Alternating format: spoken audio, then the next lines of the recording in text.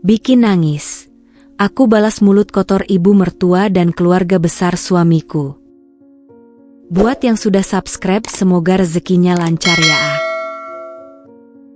Mas, kira-kira kapan Mas bisa pulang? Soalnya uang buat kebutuhan rumah sudah habis. Mas, tanyaku dengan suara pelan, mencoba menahan rasa cemas. Iya, Deh. Mas ini kebetulan lagi lembur terus. Mudah-mudahan minggu depan Mas bisa pulang. Jawab Mas Yusuf, nadanya terasa berat, seolah beban di pundaknya tak pernah surut. Aku menghela napas panjang. Yudah, Ma. Soalnya, jujur, Adek sudah bingung mau pinjam uang ke siapa lagi. Iya Dek, Mas janji segera pulang, katanya pelan. Yudah Mas, hati-hati kerjanya, kataku sambil menutup telepon. Hari itu, aku terduduk di sudut dapur, memandang sisa-sisa beras yang tinggal segenggam. Perutku terasa kosong, tapi aku lebih khawatir dengan anak-anakku yang akan segera terbangun dan meminta makan. Uang belanja sudah habis sejak 3 hari lalu, dan hutang di warung sudah menumpuk.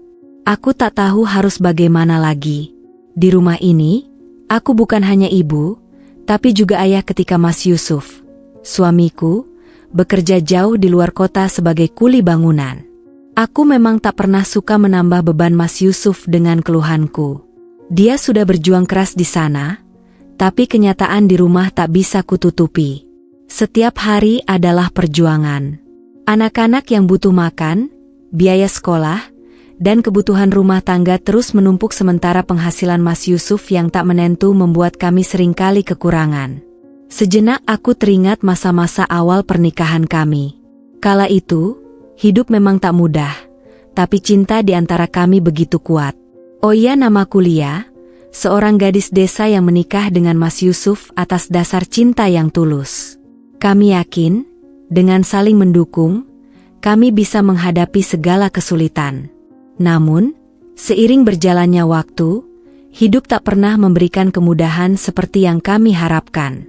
Mas Yusuf, yang awalnya bekerja sebagai buruh serabutan, akhirnya mendapat pekerjaan sebagai kuli bangunan. Penghasilannya yang sedikit memaksanya merantau keluar kota. Dan aku, yang harus mengurus rumah dan anak-anak, menjadi semakin kewalahan ketika satu demi satu anak kami lahir. Sekarang, kami memiliki 6 anak, dan jarak antara mereka sangat berdekatan. 5 di antaranya lahir dalam waktu yang berdekatan, sementara si bungsu lahir sebagai sepasang kembar. Anak pertama kami, Nasya, sudah berusia 15 tahun dan sekarang bersekolah di kelas 1 SMA. Ia adalah tulang punggungku di rumah ketika aku harus bekerja sebagai buruh cuci di rumah-rumah tetangga. Aku tahu, aku tak bisa terus-menerus bergantung pada Mas Yusuf. Dengan penghasilan yang sangat sedikit, aku harus mencari cara untuk membantu keuangan keluarga. Seringkali, aku menitipkan anak-anak yang lebih kecil pada Nasya, yang meskipun usianya masih muda, harus memikul tanggung jawab besar. Maaf ya, Nak, kamu harus bantu ibu lebih banyak dari yang seharusnya. Aku sering membisikkan kata-kata itu kepada Nasya setiap kali dia tanpa lelah menjaga adik-adiknya. Setiap pagi, sebelum pergi mencuci di rumah tetangga, aku akan menyiapkan makanan seadanya. Jika ada sedikit uang, aku akan membeli tahu atau tempe untuk digoreng, tapi seringkali yang tersaji di meja makan hanyalah nasi dengan garam atau sambal sederhana. Anak-anak mungkin belum sepenuhnya mengerti, tapi mereka mulai terbiasa dengan kekurangan ini. Aku selalu berusaha tegar di depan mereka, meskipun di dalam hati aku seringkali menangis. Namun, bukan kekurangan materi yang paling membuatku tersiksa. Yang paling menyakitkan adalah hinaan dan celaan dari ibu mertuaku, Bu Imah, dan keluarga besar suamiku yang tinggal tak jauh dari rumahku yang kecil. Setiap kali aku berkunjung ke rumah mertua, selalu saja ada kata-kata kasar yang terlontar. Mereka menganggapku sebagai penyebab keterpurukan Mas Yusuf. Menurut mereka, aku tak lebih dari seorang perempuan miskin yang hanya bisa melahirkan anak-anak tanpa bisa memberikan kehidupan yang layak. Cuma tahu cara bikin anak, tapi nggak bisa ngurus. Lihat tuh, hidupmu makin susah saja. Yusuf sampai kerja banting tulang di luar kota, dan kamu di sini enak-enakan di rumah. Cibir ibu mertua suatu kali ketika aku datang mengantar cucu-cucunya untuk berkunjung ke rumahnya. Kata-kata itu tajam, menusuk hingga ke tulang. Aku hanya bisa menunduk, menahan air mata yang hampir tumpah. Aku ingin membela diri, ingin berteriak bahwa aku sudah berusaha sebaik mungkin. Aku bukan hanya duduk diam di rumah. Aku bekerja, berjuang untuk anak-anak kami. Tapi di depan ibu mertua, semua itu terasa sia-sia. Dalam pandangannya, aku tetaplah wanita yang tak berguna. Hinaan tak berhenti hanya dari ibu mertua. Keluarga besar suamiku juga memandang rendah diriku. Mereka kerap kali membandingkan hidup kami dengan kehidupan mereka yang lebih mapan. Mereka tak pernah paham bagaimana rasanya berjuang dari bawah. Mereka tak tahu bagaimana setiap hari adalah pertarungan untuk bertahan hidup.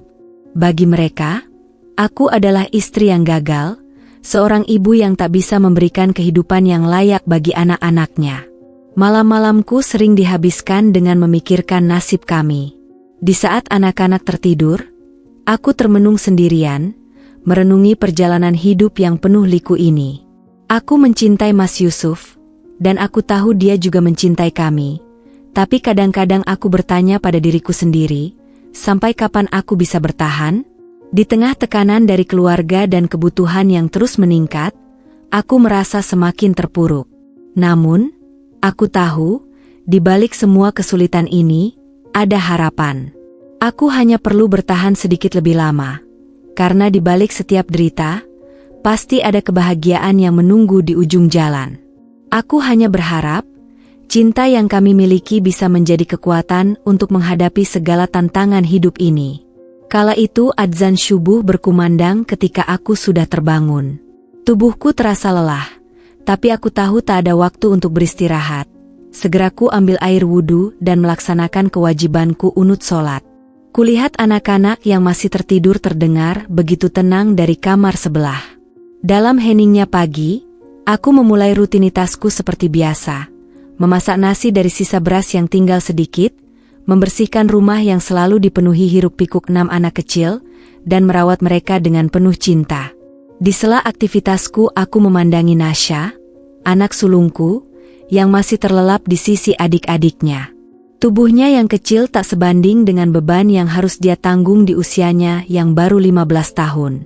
Setiap hari, dia membantu menjaga 5 adiknya yang masih kecil-kecil, dan itu bukanlah tugas yang mudah. Namun, aku tahu, Nasya tak pernah mengeluh.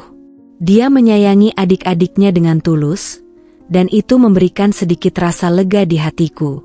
Sejenak, aku duduk di sampingnya, mengelus rambutnya yang mulai tumbuh panjang. Aku tersenyum, meski air mata perlahan menggenang di sudut mataku.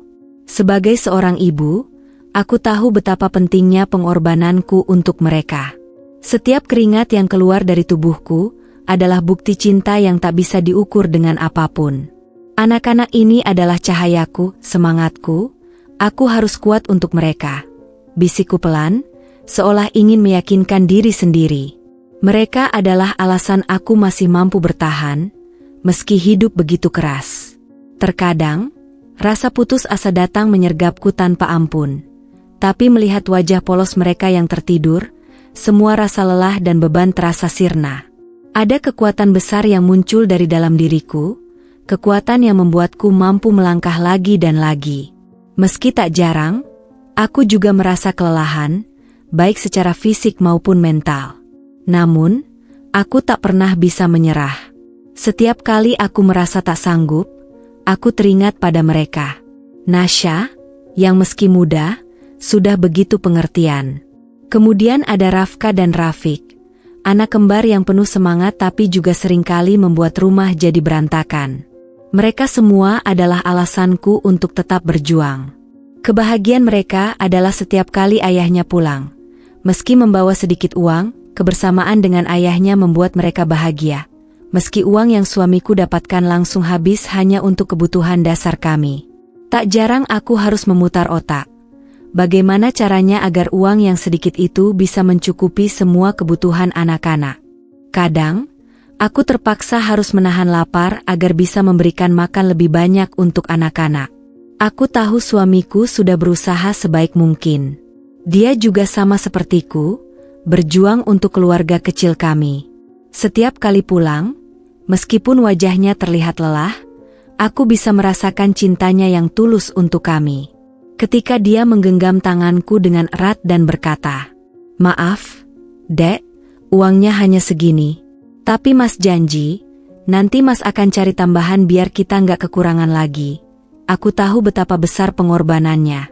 Seringkali aku berpikir, apa yang membuat kami begitu bertahan dengan segala kesulitan ini? Mungkin karena cinta. Cinta yang kami jalin sejak awal pernikahan, yang kini berkembang menjadi kekuatan untuk terus melangkah meski badai menghadang.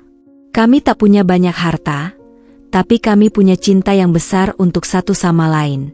Namun di balik semua itu, hinaan dari bu mertua dan keluarga besarnya selalu ada setiap harinya. Meski aku selalu diam, itu bukan berarti aku tak merasa sedih atau marah. Setiap kali melihat hinaan dari ibu mertua dan keluarga besar Mas Yusuf, aku selalu menunduk, menahan sakit di hatiku. Mereka tak pernah menghargai perjuangan kami. Bagi mereka, aku hanyalah perempuan yang hanya bisa melahirkan anak tanpa mampu memberikan kehidupan yang layak. Kamu tuh cuma tahu cara bikin anak, tapi nggak bisa ngurus. Lihat, hidup kalian makin susah saja, kata ibu mertua suatu hari, dengan nada tajam yang masih terngiang di telingaku. Mereka tak pernah tahu betapa kerasnya aku bekerja, betapa aku berjuang siang dan malam demi memberikan yang terbaik untuk anak-anak kami. Hinaan itu menjadi cambuk yang menyakitkan, tapi aku tak punya pilihan selain menahannya. Bagaimanapun, aku tak bisa membalas mereka, karena aku tak ingin menambah beban Mas Yusuf. Mas Yusuf selalu memintaku bersabar. "Dek, jangan pikirin omongan orang. Kita ini sedang berjuang, dan yang penting kita lakukan yang terbaik buat anak-anak. Nggak ada yang bisa mengerti perjuangan kita kecuali kita sendiri." Dan aku tahu, dia benar. Di balik segala kesulitan ini, aku tak pernah berhenti mencintai anak-anakku. Setiap kali mereka tertawa, bermain di depan rumah dengan riang, aku merasa semua pengorbanan ini sepadan. Meskipun aku lelah dan kadang ingin menyerah, cinta mereka memberiku kekuatan untuk terus bertahan. Setiap malam, setelah semua pekerjaan rumah selesai dan anak-anak tertidur lelap, aku selalu menyempatkan diri untuk bersujud kepada Sang Pencipta. Di saat itulah, keheningan malam menjadi satu-satunya teman yang setia mendengarkan keluh kesahku. Dalam kesunyian yang pekat, aku merendahkan diri di hadapannya, menangis dalam doa-doa yang lirih namun penuh harapan. Sujudku tak pernah hanya soal permintaan, tapi lebih dari itu, aku memohon kekuatan, agar aku mampu melewati hari-hari yang berat, agar aku tetap kuat untuk anak-anakku, dan agar suamiku, Mas Yusuf, diberikan kesehatan dan rezeki yang lebih baik. Ya Allah, hamba tahu ini adalah ujian dari MU. Tapi, Engkau Maha Pengasih, Maha Penyayang. Berikanlah hamba kekuatan, jangan biarkan hamba menyerah untuk anak-anak hamba. Bantulah suami hamba di tempat yang jauh agar ia bisa pulang dengan membawa sedikit kebahagiaan untuk kami. Gumamku di setiap akhir sujud panjangku. Aku menangis, bukan karena ingin menyerah, tetapi karena rasa lelah yang menumpuk begitu berat di pundak ini. Meski begitu, dalam doa itu selalu ada ketenangan yang menyusup ke dalam hati. Ada keyakinan bahwa Tuhan tak akan membiarkan hambanya terpuruk selamanya. Setiap kali aku bangun dari sujud, hatiku terasa lebih ringan, seolah beban yang kupikul sedikit demi sedikit terangkat. Aku selalu berharap esok hari akan datang dengan sedikit keajaiban. Aku tak meminta banyak, hanya sedikit kekuatan lagi untuk bertahan. Seperti seorang pelari maraton yang kelelahan, aku butuh jeda, sebuah kesempatan untuk menghela napas, meski hanya sebentar, sebelum kembali melanjutkan lari panjang ini. Karena bagiku, pengorbanan seorang ibu tak pernah sia-sia. Mungkin sekarang aku hidup dalam kesulitan, dalam hinaan dan cemoohan, tapi aku percaya suatu saat Tuhan akan memperlihatkan balasan atas segala pengorbananku. Meski tak dihargai oleh orang lain, Aku tahu, suatu hari anak-anakku akan mengerti. Suatu hari, mereka akan tumbuh besar dan menyadari betapa besar cinta yang kutanamkan untuk mereka. Meski saat ini hidup kami penuh kekurangan. Di balik setiap tetes keringat, setiap malam tanpa tidur, dan setiap air mata yang kucurahkan dalam keheningan, ada cinta yang tak tergantikan. Hari itu, aku dan anak-anak kembali berkunjung ke rumah mertuaku. Sejak awal pernikahan, aku tahu dia tak pernah menyukaiku. Tapi sebagai menantu, aku berusaha untuk tetap hormat dan bersikap baik. Namun, semakin sering kami bertemu, semakin pedas pula hinaannya. Sore itu, aku membawa keenam anakku, termasuk si kembar yang masih kecil. Kami memang ke situ berharap ada sedikit sisa makanan untuk kami karena aku tahu ibu mertua mempunyai banyak makanan yang jarang ia bagi untuk kami. Saat masuk ke rumah ibu mertua, suasana sudah terasa dingin. Mata ibu mertua langsung menatap tajam ke arah anak-anakku yang berlarian masuk. Aku bisa melihat rasa tidak suka terpancar jelas dari wajahnya. Dalam hati, aku hanya bisa berharap bahwa hari ini aku bisa menghindari konflik dan pulang dengan tenang. Namun, harapanku pupus ketika ibu mertua mulai membuka mulut. "Lia, tiap hari aku makin malas lihat anak-anakmu," katanya dengan nada tajam. Suaranya menggema di ruang tamu yang dipenuhi anggota keluarga lain yang juga hadir. Sudah jelek, kurus, dekil.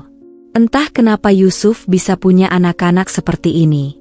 Kasihan sekali mereka, kalau dikasih makanan sisa pun pasti kalian mau, kan?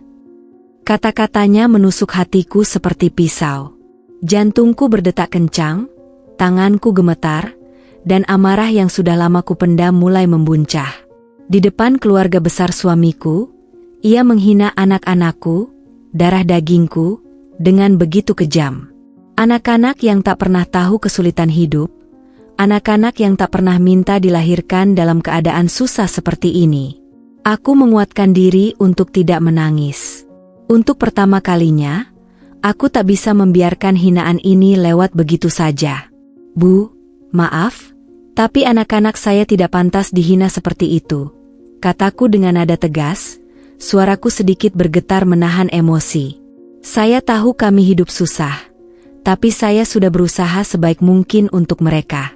Mereka makan dari hasil kerja keras saya dan suami, bukan dari sisa makanan." Ruangan seketika hening. Semua mata tertuju pada kami. Ibu mertua tampak terkejut mendengar jawabanku yang tak biasanya. Namun, bukannya mereda, amarahnya malah semakin meledak. "Kamu berani bicara begitu padaku, Lia? Kamu lupa siapa yang membesarkan suamimu? Kamu pikir dengan melahirkan banyak anak, kamu jadi istri yang hebat? Anak-anakmu itu cuma beban buat Mas Yusuf. Kamu cuma bisa melahirkan tanpa bisa merawat mereka dengan layak. Mas Yusuf harus bekerja keras di luar kota, meninggalkan keluarganya karena kamu yang tidak tahu diri." Suara ibu mertua meninggi, matanya penuh kebencian. Aku tak tahan lagi. Selama bertahun-tahun, aku menahan semua cemoohan ini, tapi kali ini aku tak bisa diam. "Saya tidak pernah minta Mas Yusuf meninggalkan kami, Bu," kataku, suaraku mulai pecah. "Kami juga tidak pernah minta hidup seperti ini. Tapi saya berusaha, saya bekerja keras, saya mencintai anak-anak saya dan suami saya. Saya tahu Mas Yusuf bekerja keras di luar sana untuk kami, dan saya bersyukur atas apa yang bisa kami miliki meski sedikit. Tapi saya tidak bisa menerima ketika anak-anak saya dihina seperti ini." Suara tangisku mulai terdengar, dan aku merasa seluruh dunia seolah menekan dadaku. Aku melirik ke arah anak-anak yang memandang kami dengan tatapan bingung. Mereka mungkin tidak sepenuhnya mengerti apa yang terjadi, tapi aku tahu mereka bisa merasakan bahwa sesuatu yang tidak baik sedang terjadi. "Anak-anak saya tidak pantas diperlakukan seperti ini, Bu. Mereka berhak mendapatkan cinta dari keluarga, bukan hinaan dan cemoohan. Mungkin kami miskin, tapi kami punya harga diri." Aku menambahkan, suaraku semakin kencang. Keluarga besar suamiku, yang sejak tadi diam, mulai berbisik-bisik.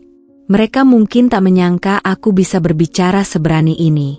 Tapi aku sudah terlalu lelah menahan semua beban ini sendirian. Ibu mertua berdiri dengan wajah merah padam. Kamu memang menantu yang tidak tahu diri. Lia, kamu tidak pantas masuk ke keluarga ini. Teriaknya sebelum berjalan meninggalkanku begitu saja. Aku berdiri terpaku. Tanganku gemetar dan air mata mengalir tanpa bisa kutahan. Aku merasa seperti orang asing di rumah ini. Rumah suamiku, rumah yang seharusnya menjadi tempatku juga. Tapi kenyataannya, aku selalu diperlakukan seperti orang luar. Setelah pertengkaran itu, aku mengajak anak-anakku segera pulang. Dalam perjalanan pulang, pikiranku dipenuhi campuran rasa marah, sedih, dan kecewa. Hatiku hancur melihat anak-anakku dipandang sebelah mata oleh keluarga suamiku. Padahal mereka tak pernah meminta hidup dalam kesusahan seperti ini. Di rumah, saat aku mendudukkan diri di lantai ruang tamu yang kosong, aku menangis sendirian. Tangisan yang tak bisa kutahan lagi setelah bertahun-tahun memendam segala rasa sakit.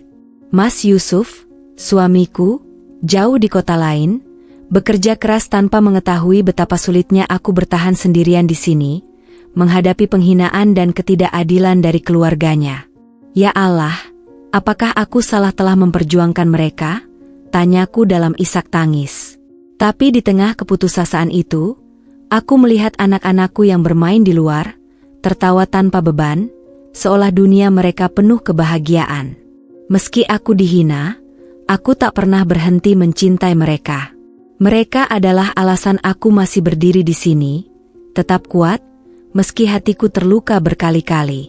Untuk kalian, Ibu akan bertahan, bisikku dalam hati, sambil menghapus air mata. Aku tahu, meski semua orang di dunia ini menghina dan merendahkan, cinta seorang ibu tak pernah bisa diremehkan. Di tengah semua kesulitan yang kami hadapi, sebuah kabar datang yang membangkitkan harapan sekaligus menimbulkan kekhawatiran di hatiku. Suatu malam, Mas Yusuf menelepon dari kota tempatnya bekerja. Suaranya terdengar sedikit berbeda. Ada campuran antara kegelisahan dan harapan yang bisa kurasakan meskipun jarak kami jauh. "Dek, ada tawaran kerja buat Mas," kata Mas Yusuf dengan nada hati-hati. Aku langsung duduk lebih tegak, merasa ada sesuatu yang penting. "Tawaran kerja? Di mana, Mas?" "Di luar negeri, Dek. Sebagai tenaga kerja kasar untuk bagian welding.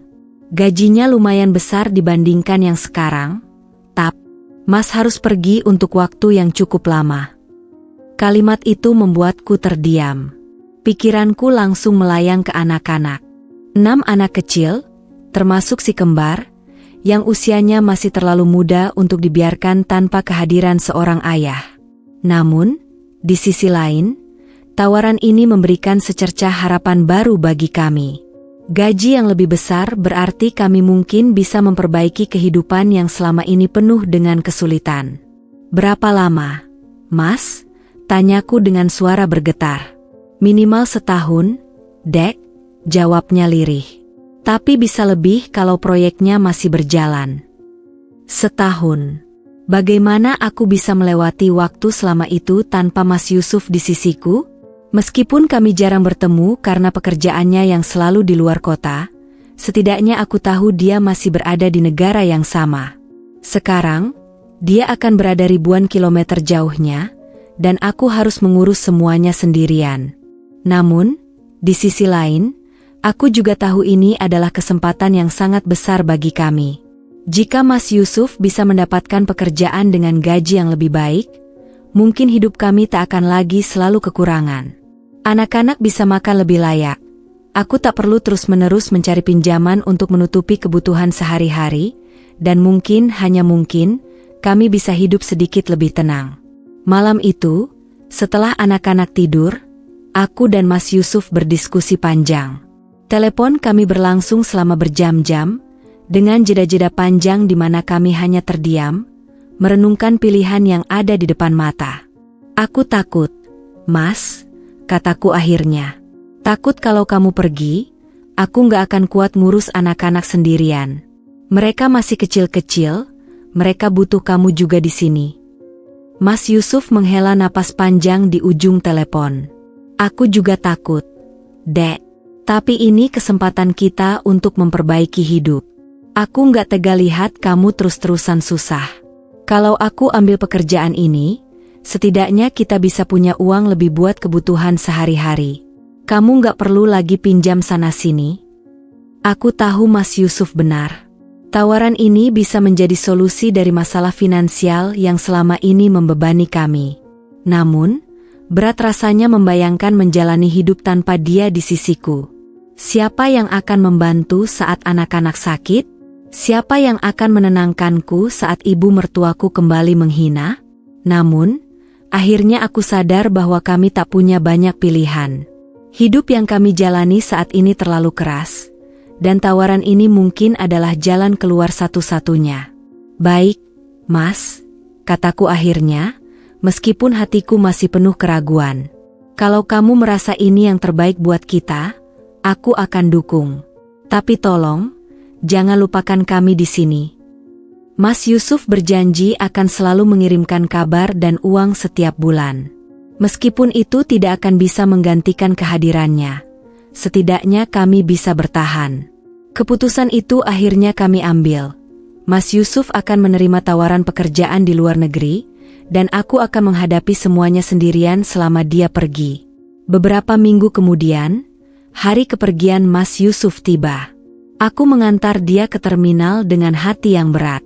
Anak-anak ikut, meskipun mereka mungkin belum sepenuhnya mengerti apa yang sedang terjadi. Si kembar menggenggam tangan Mas Yusuf erat-erat, seolah mereka tahu ayah mereka akan pergi jauh. Mas, jaga diri ya di sana, kataku pelan, menahan tangis. Mas Yusuf mengangguk sambil memelukku erat. Kamu juga, Dek. Aku titip anak-anak. Doakan Mas bisa cepat pulang.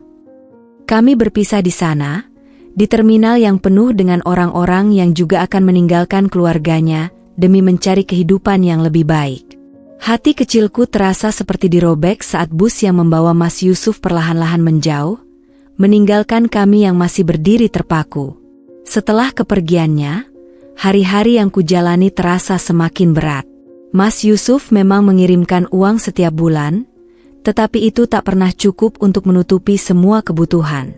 Anak-anak tumbuh dengan cepat, dan kebutuhan mereka pun semakin banyak. Aku kembali harus memutar otak mencari tambahan penghasilan. Selain itu, hinaan dari ibu mertua dan keluarga suami terus saja mengalir. Mereka menuduhku memanfaatkan Mas Yusuf, seolah-olah aku yang memaksanya untuk pergi bekerja jauh. Lia, kamu tuh cuma bisa ngabisin uang Mas Yusuf, gara-gara kamu tuh dia sampai ke luar negeri. Ibu mertua seringkali berkata seperti itu setiap kali bertemu. Tak ada satu hari pun yang berlalu tanpa air mata. Aku merasa seolah-olah beban dunia ada di pundakku. Malam-malamku dihabiskan dengan berdoa, memohon kekuatan dari Tuhan untuk bisa bertahan menghadapi segala ujian ini. Namun, meskipun kesulitan semakin terasa, aku tahu ini adalah pengorbanan yang harus kami jalani demi masa depan yang lebih baik.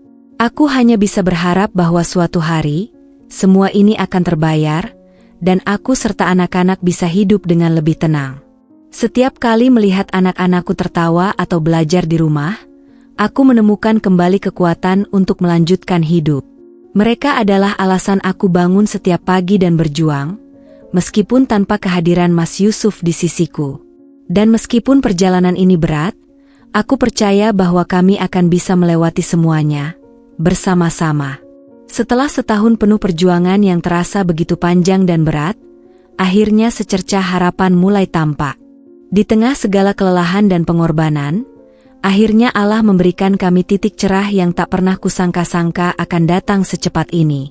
Mas Yusuf kembali pulang ke rumah. Sore itu, pintu rumah terbuka dan aku melihat sosok suamiku berdiri di sana dengan senyum yang tak pernah kulihat sebelumnya. Senyum penuh kebanggaan dan kelegaan. Mas Yusuf kembali dengan membawa hasil dari kerja kerasnya di luar negeri. Dia berhasil mengumpulkan uang yang cukup banyak, lebih dari yang kami bayangkan.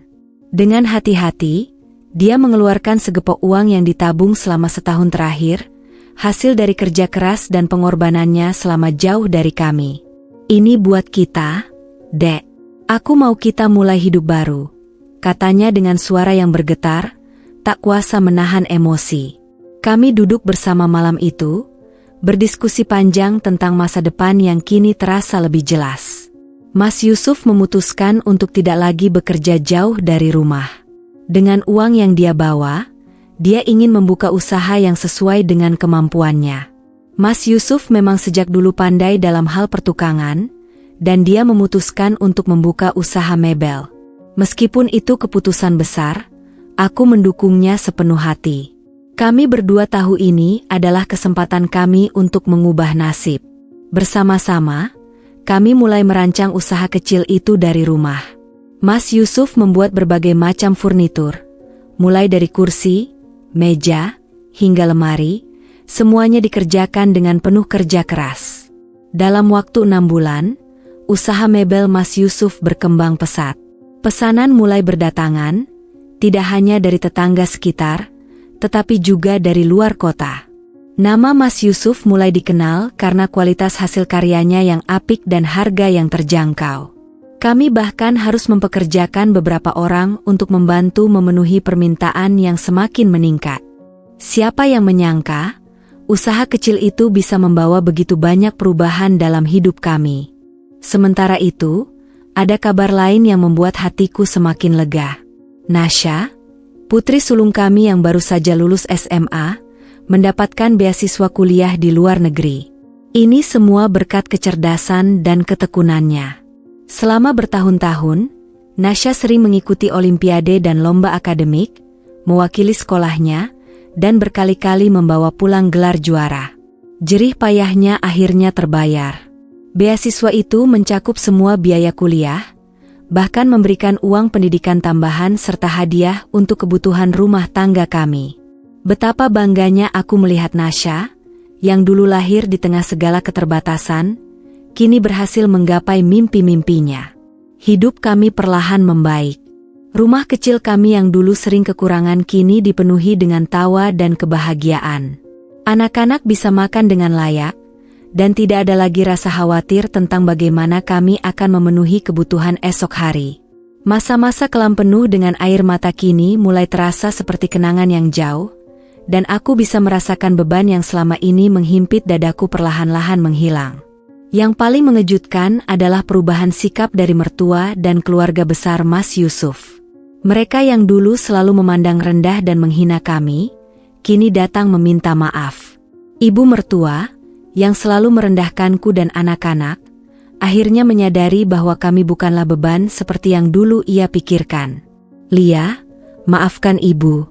Ibu salah menilai kamu selama ini," kata ibu mertua suatu hari saat dia berkunjung ke rumah kami.